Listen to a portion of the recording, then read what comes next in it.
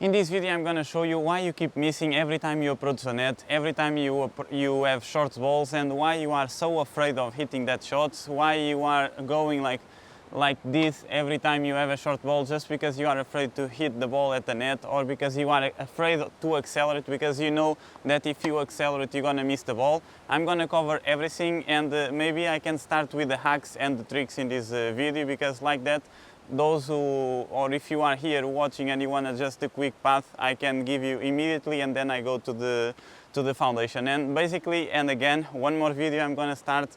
Most of your problems on your forehand are just because of your grip. You are trying to solve your footwork, you're trying to solve your technique, trying to solve this and that, and you forget that 100% of the problems you have is always about the grip. So in every video I'll keep saying semi-western grip, and a lot of you are asking if it's just for you, just for beginners, or just for advanced players. No, it's for everyone. Those who want to learn, those who are eager and willing to miss and to learn from mistakes, all of them, all of you can, and you in this case, can start with this grip, and you will see a huge difference. Semi-western grip, racket facing to the fence, your hand here, a little bit space here, spread your fingers. This is semi-western grip. I have plenty of videos about this, explaining more in details, and you always need to start here. And this is the reason why you're always afraid of missing this shot, and you keep missing, because you most probably have Eastern grip, and short balls, you try to accelerate, and if you accelerate, the ball is going higher, the ball is going up, you feel that you need to do like sorry, you feel that you need to do this kind of balls just to play the ball inside, because you don't have the confidence to accelerate, because if you accelerate, of course you're gonna open the head of the racket. So if you change the grip, you start to brush more the ball, you feel that you can accelerate more. Also, because one of the reasons you are missing is because here, when you are playing on this area of the court, you are not on the baseline or 2 or 3 meters of the court, so you have less court to play. So you need to manage top spin, speed, and this is one of the most difficult things in tennis. And only if you have this grip, you can accelerate as much as you can and play the ball inside.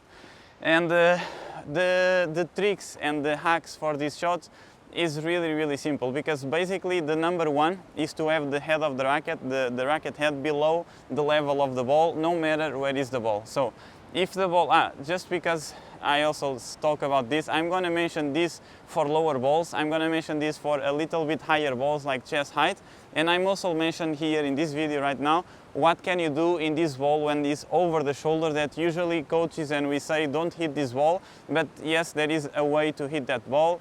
There is a way that I can always hit, and with confidence and as much powerful as I want, and the ball is always inside, and I don't get injured just because I hit over the shoulder, because I adapt and because I do something different. Let's just start with this ball first. If the ball is lower, first you need to understand that are different types of footworks. Of course, if you follow me and if you subscribe to this channel, you know I talk a lot about footwork. If you are inside of my courses, you know that I start with footwork.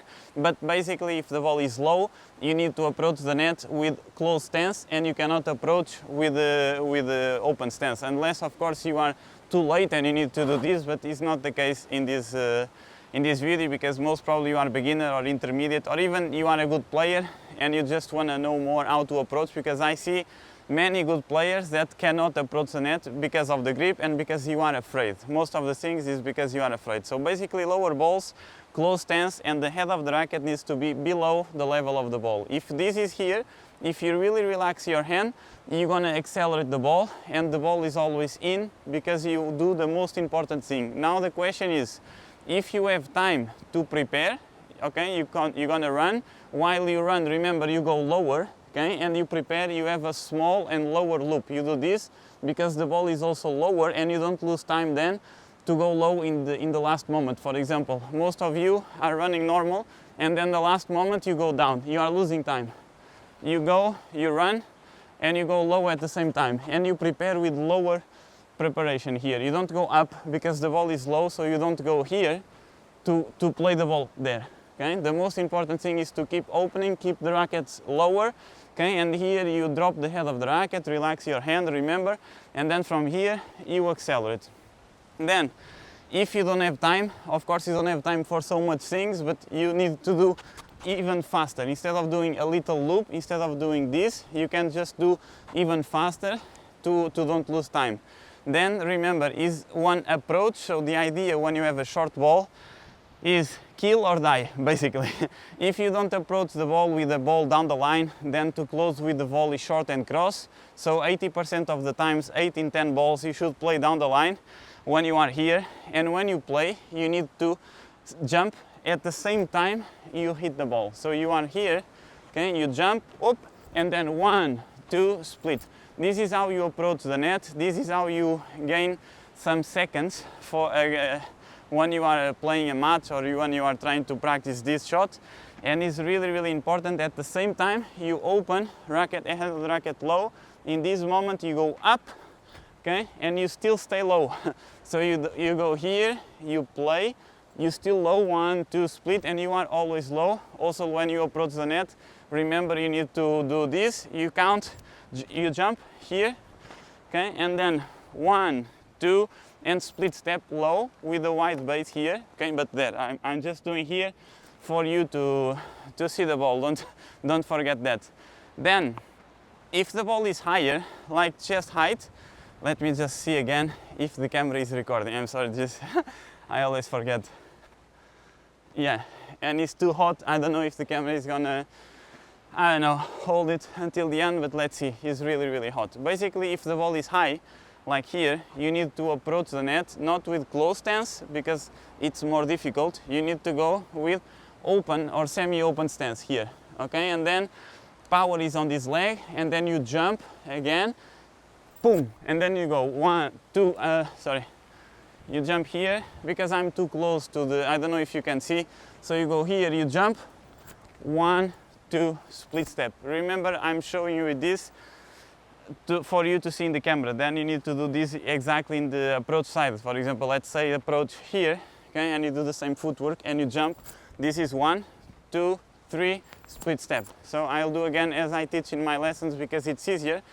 You go, power here, really feel the power, and you cannot lose time. So you cannot lose here too much time because then you lose the advantage. You need to press but fast. You need to go, you need to do this, and then here, and then you count 1, 2, split step. It's easier this way.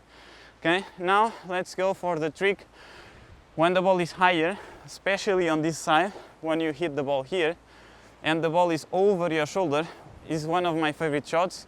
Instead of hitting the ball like this, okay, here, or slightly close the head of the racket, and then you brush the ball, instead of doing this movement here, when you have the ball higher, especially on this ball, you hit, instead of this, you do this, the opposite movement. You do here, okay, this motion instead of this. And you can really do amazing shots. Plus, when the ball is here, if you see that you already know where you're gonna play, in the last moment you can go here, like Nadal, and you can change the direction. I can show you more or less, I don't know if you can see, but let's say if the ball is higher, okay, here you do this, and imagine if he knows already where you want to play, okay, instead of doing this, you go here and you change the direction. Not the best example, but I think you understand the idea. And again, this ball, it's much easier, of course, with open or semi-open stance, and then you hit, and remember, you want to transfer the weight to move forward. You cannot lose time. You cannot, in this ball, you cannot go, run, stop, and then play, and then go, because you are losing time. When you approach the net, you need to be quick, because remember, the goal of tennis, or one of the goals, is to take time from your opponent. So you need to approach fast to reduce the time for him, to make more pressure, and to get close to the net also, because if you don't get close to the net, you open even more angles, you give him more opportunities to finish the shot. Another thing, when you approach the net, let me know if I'm speaking too fast or saying too many things, but when you approach the net, you need to play as deep as possible, because if you approach the net with the ball down the line, but your ball bounces here, it's gonna be too easy for him or for her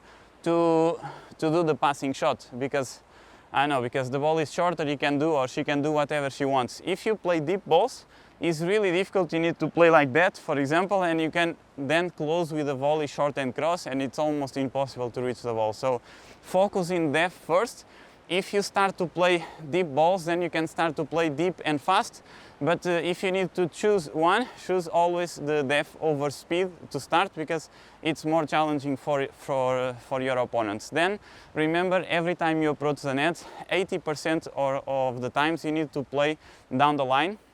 Especially here, you need to play down the line. You cannot play 100%, because also if you do always the same things, your opponent already know what he can expect, and then he can start to anticipate and play even better against that shot. So 20% in tennis, the studies at least 5 years ago said that 20% is enough to create uncertainty to your opponent. So if you change 1 in 5 balls, is already 20%. So every 5 balls you have short play, 4 down the line, 1 cross court. If you do this cycle, he never knows when it's going to be that 20%. He's going to have doubts in his mind, in his brain, and you have the advantage of this percentage. So I think this already covers a lot of things. Then of course you can start to understand that if you go outside of the court, or when you approach the net but the ball is outside, there is 2 really good tips here. I'm going to start with the easier. Remember, more outside of the court you are, easier it is to open angles. Okay, this is basic tactic, but maybe you don't know, and it's really important to know. More outside you are, easier it is to open the angles. More inside you are of the court, easier it is to open the angles as well. And in the opposite, more back you are, is more difficult to open, and more close to the middle, it's really to avoid to open the angle, because it's really difficult. Another thing that is really important to understand, not everyone understands when I post these in shorts, but hopefully here in the long form you can understand, is when you have a short ball, but the short ball is putting you out of the court, so you are completely out of the court. If you are completely out of the court here, you cannot do either open stance or close stance, because you're going to lose the point. Unless you do all or nothing, one shot like all in, you cannot win this point, because if you do here, you are going outside of the court. If you do here also, you lose too much time. So let me see if I can cover this with the camera, because it's really important, this shot. Yeah. So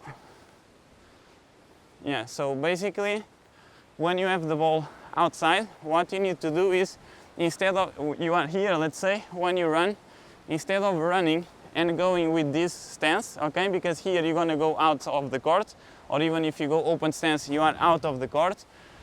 The best idea is, instead of this angle, you go here, okay? Why? Because this leg is supporting the weight of the ball and your weight, and then from here you get back to the court and you follow the ball. So you approach the net, let's say the ball is outside, you go, you do power here, okay, in this diagonal here, to hold the weight. This leg is stopping, and then from here, if you play down the line, you jump down the line.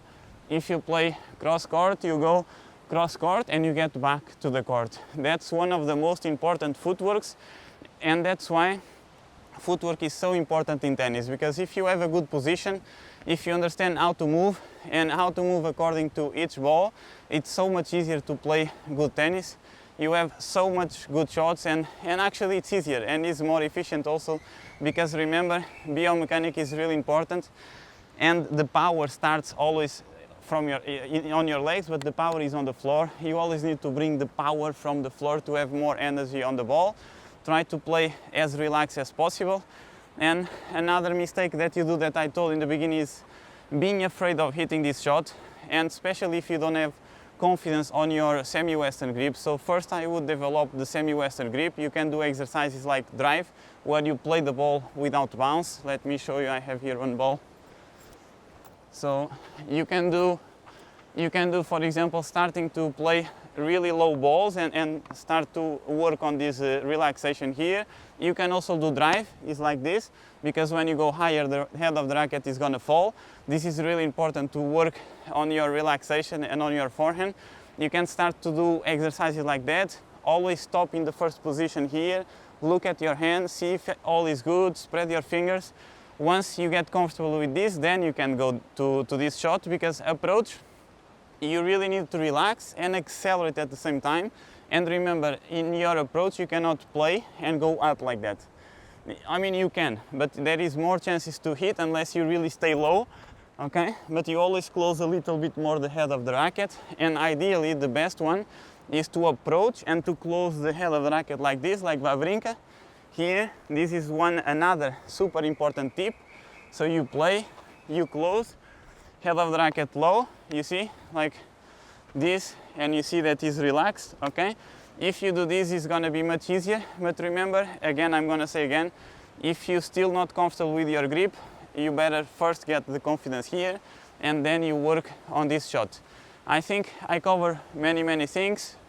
To say again, approach on that side or short balls on that side, you can always do forehand, you don't need to do backhand unless you really want, because if the ball is short, maybe you have time to go around and play one forehand. If the ball is here, don't think you will get injured, because if you do this movement here, is super relaxed, you never get injured. I never get injured, never saw any student getting injured with this ball. Actually, you can really be explosive with this shot.